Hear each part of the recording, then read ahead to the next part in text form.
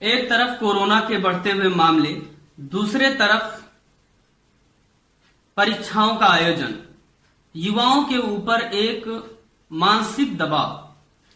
क्या कोरोना काल से उत्पन्न होने वाले डिप्रेशन का जवाब हमने ढूंढ ही लिया था कि इसी दौरान परीक्षाओं का आयोजन भी लाजमी था? इन्हीं सेगमेंट्स पे योगेंद्र टाइम्स ने भी विचार व्यक्त करने के लिए सोचा और भेज दिया आपके बीच में योगेंद्र तिवारी को।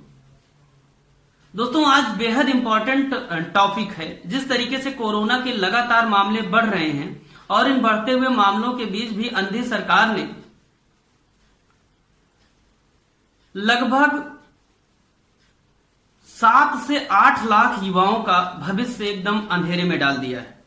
आप जरा सोचिए कि अभी जल्दी में ही आयोजित होने वाली है परीक्षा बीएड की, जो कि 9 अगस्त को प्रस्तावित है, और उसके बाद बीईओ एग्जाम जो कि यूपी SSS द्वारा करवाया जाएगा, Uttar Pradesh public service commission द्वारा आयोजित होने वाला 16 अगस्त को। अब जरा हम एक आपको झलक दिखाते हैं वर्तमान में कोरोना मामले की। भारत में कोरोना के मामले लगभग 20 लाख पार कर चुके हैं। उत्तर प्रदेश में कोरोना के मामले लगभग 1,09,000 हैं। पिछले 24 घंटे में अगर हम सिर्फ कोरोना की बात करें तो लगभग 64,000 नए मामले पाए गए हैं। हमारे समझ में ये नहीं आ रहा है कि सरकार किस तर्क के आधार पर आयोजन करवाना चाहती है परीक्षाओं का। 62,000 मामले एक तरफ, जहां आप देखेंगे राम मंदिर भूमि पूजन में, जो कि इतना बड़ा मुद्दा है, 500 सालों का जो सबसे अपेक्षित मुद्दा था, एक जिसका परिणाम मिला, उसमें महज 175 लोग बुलाए जाते हैं। 175 पीपल्स इसमें बुलाए जाते हैं। आप सोचिए, जो 500 सालों से मुद्दा चला, जो कि इतनी आस्था का विषय है, उसमें 175 लोग बुलाए जा रहे हैं। और वहीं 4.5 महीना जो पिछला बीता है, उसमें वर्चुअल मीटिंग को अगर हटा दिया जाए तो कोई भी फिजिकल प्रेजेंस वाली मीटिंग्स नहीं हुई हैं जिसमें डायरेक्ट किसी भी मेंबर ने पार्टिसिपेट किया हो। राष्ट्रपति ने कोई यात्रा नहीं की, प्रधानमंत्री ने कोई यात्रा नहीं की, सरकारी दफ्तर लगभग लंबे समय तक बंद रहे, स्कूल कॉलेज अभी भी बंद हैं, परीक्षाओं को पोस्टपोन कर दिया गया है। भैया, तुमको क्या हो पड़ी यार कि तुम एग्जाम करवाने पे तुले हो? समझ में नहीं आता आप करना क्या चाहते। तुलसी बाबा ने कहा कि लगभग 84 लाख जीवों में भटकने के बाद आपको मानव का तन मिला है। अगर साइंटिफिक तरीके से देखें तो 58,000 प्रजातियां खोजी जा चुकी हैं। इतनी मुश्किल से आपको मानव जीवन मिला है, और उस मानव जीवन को एक परीक्षा के लिए कोविड-19 जैसी महामारी, जिसको अभी तक समझा ही नहीं जा सका है, जिसके सिम्टम्स क्या है वास्तविक वही नहीं आए हैं। आपको क्या लगता है जो सिम्टम्स बताए गए यही बस इतने ही हैं कोरोना के सिम्टम्स? आप देखिए, अभी हाल ही में आज ही रिपोर्ट आई है कि चाइना में जितने लोगों की इलाज हुए उनमें 90% लोग जो ठीक हुए थे उनके फेफड़े खराब हो जा रहे। कर क्या रहे हो भैया? करना क्या चाहते हो आप? अगर हम सिर्फ बीईओ एग्जाम को देखें तो इसमें लगभग 3 लाख कैंडिडेट्स ऐसे हैं जो पार्टिसिपेट करने जा रहे हैं। आप सोचिए, 3 लाख कैंडिडेट्स। दूसरी तरफ अगर हम बीएड एग्जाम को देखें तो लगभग 4 लाख से ज्यादा कैंडिडेट्स इसमें पार्टिसिपेट करने जा रहे हैं। अब अगर एक आंकड़ा में एक अनुमान व्यक्त करें, अगर 4 लाख लोगों में से 1 लाख लोगों को भी कोरोना हो गया, जिस तरीके से आपकी चरमराती व्यवस्था है, आपकी स्वास्थ्य सुविधाएं हैं, इसमें किसी पर्टिकुलर सरकार की निंदा या आयोग की निंदा नहीं है। ये जवाबदेहिता एक तय होनी चाहिए कि आखिर जब एक भारत का युवा मरेगा, किसी मां का सपूत मरेगा, जो एग्जामिनर है, जो एग्जाम करवाने जा रहा है, वो जब मरेगा, उस पे जिस पे पूरा परिवार डिपेंड है, तो जिम्मेदार कौन होगा? क्या सरकार इसकी जवाबदेहिता तय करेगी? क्या ये क्वेश्चन पूछना गलत है? कि मान लो भैया कोई भी एग्जाम देने गया, उमर गया, कोविड-19 हुआ, मैं कहता हूं 1 लाख, मान लीजिए 4 लाख लोग एग्जाम देने गए बीएड का, 4.5 लाख के आसपास आंकड़ा है, जो कि 4.5 लाख में से 1 लाख लोगों को भी अगर कोरोना पॉजिटिव हो गया, अगर आपके हिसाब से हम देखें लगभग 2.5% इस समय जितने लोगों को कोरोना हो रहा है उतने लोग मर रहे हैं, तो 1 लाख में से अगर हम देखें तो लगभग 2000 लोगों की मौत तय है। और 2000 लोगों की मौत तो किसी बड़े आतंकी हमले में भी नहीं हुई आज तक। कौन तय करेगा जवाबदेहिता? कौन जवाबदेह होगा? ऐसे समय मेरे समझ में नहीं आ रहा है कि एग्जाम क्यों करवाए जा रहे हैं, जहां एक तरफ लंबे समय सोचिए आप प्राइमरी स्कूल तक बंद है, टीचरों को बैठा के आप वेतन दे रहे हैं, उनको कोरोना हो जाएगा, आपको कोरोना हो जाएगा, आप पट्टी बांधे घूम रहे हैं। 175 लोग मात्र 500 सालों से अपेक्षित मुद्दे में यज्ञ हवन पूजन और उसका दर्शन करने के लिए जा रहे हैं, आप अनुमति नहीं दे रहे हैं। परीक्षाओं में आप धक्का मार के पहुंचा दे रहे हो 4.5 लाख लोगों को। बीईओ एग्जाम है वहां पहुंचा दे रहे 3 लाख लोगों को 16 अगस्त को मरने के लिए। बात ये नहीं परीक्षा रोकी जाएगी, एक दिन पहले रोक दी जाए, 1 घंटे पहले रोक दिया, ये बात नहीं है।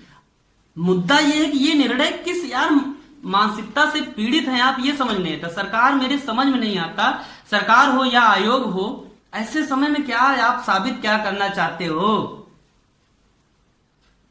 क्या साबित करना चाहते हो? महज आप 2 रुपए का मास्क और 50 पैसे का सैनिटाइजर की व्यवस्था करके आप एग्जाम को सही तरीके से करवा दोगे?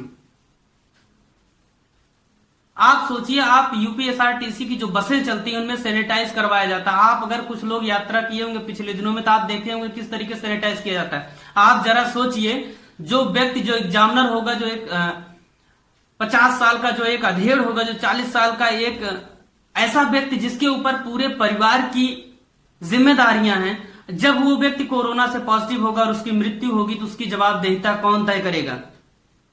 एक युवा जो अभी अभी भारत को देखने की बात कर रहा है, जो अभी अभी अपने सपनों को सजोए है, जो एक मात्र बीएड के यार एंट्रेंस एग्जाम को देने के चक्कर में कोरोना पॉजिटिव होकर मर जाएगा, कौन होगा जवाबदेह उसके लिए? आप जवाबदेह होंगे? आप तय करेंगे? नहीं। इसीलिए यह मुद्दा इतना क्रिटिकल है। कहीं न कहीं इस पे बड़े जो स्तर के लोग हैं उनको सामने आना चाहिए और अपना जो संकीर्ण विचार है उस मानसिकता से यार उठो, उनसे आगे आके बात करिए। मेरे तो समझ में नहीं आता इस पे न्यायालय क्या कर रहा है। हर बात पे तो धारा 377 पे आप बहुत ज्यादा, आप सेक्सुअलिटी पर आप बहुत ज्यादा एक्टिव हैं, आप बाकी मुद्दों पे बहुत ज्यादा एक्टिव हैं जो समाज के लिए इतने कोई मायने ही नहीं रखते भारतीय संस्कृति के हिसाब से। आप इस मुद्दे पे पता नहीं कहां सोए हैं। आपके पास कोई जनहित याचिका लेके जाए तब आप उस पर विचार करेंगे। और दूसरी बात मेरे समझ नहीं आती, कौन सी सरकार है, कौन से आयोग में कैसे लोग बैठे हैं कि परीक्षाओं का आयोजन करवा दे रहे हैं। मुद्दा यह नहीं कि आप परीक्षाओं का आयोजन करवा के तीर ही मार देंगे।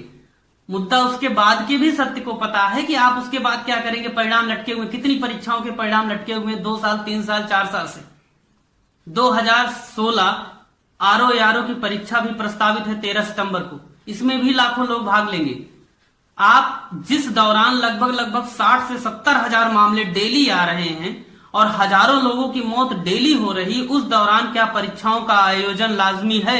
ये क्वेश्चन बनता है। और इस दौरान होने वाली परीक्षाओं के आयोजन से जो युवा या जो परीक्षक और निरीक्षक या परीक्षाओं में भाग लेने वाले अन्य कर्मचारी हैं, उनकी जब मृत्यु होगी, और तय है मृत्यु, 2% तो मरेंगे ना आपके आंकड़े के अनुसार, तो अगर 1 लाख भी पॉजिटिव हुए तो 2000 तो गए। 2000 जो मरे उनके लिए जिम्मेदार कौन होगा?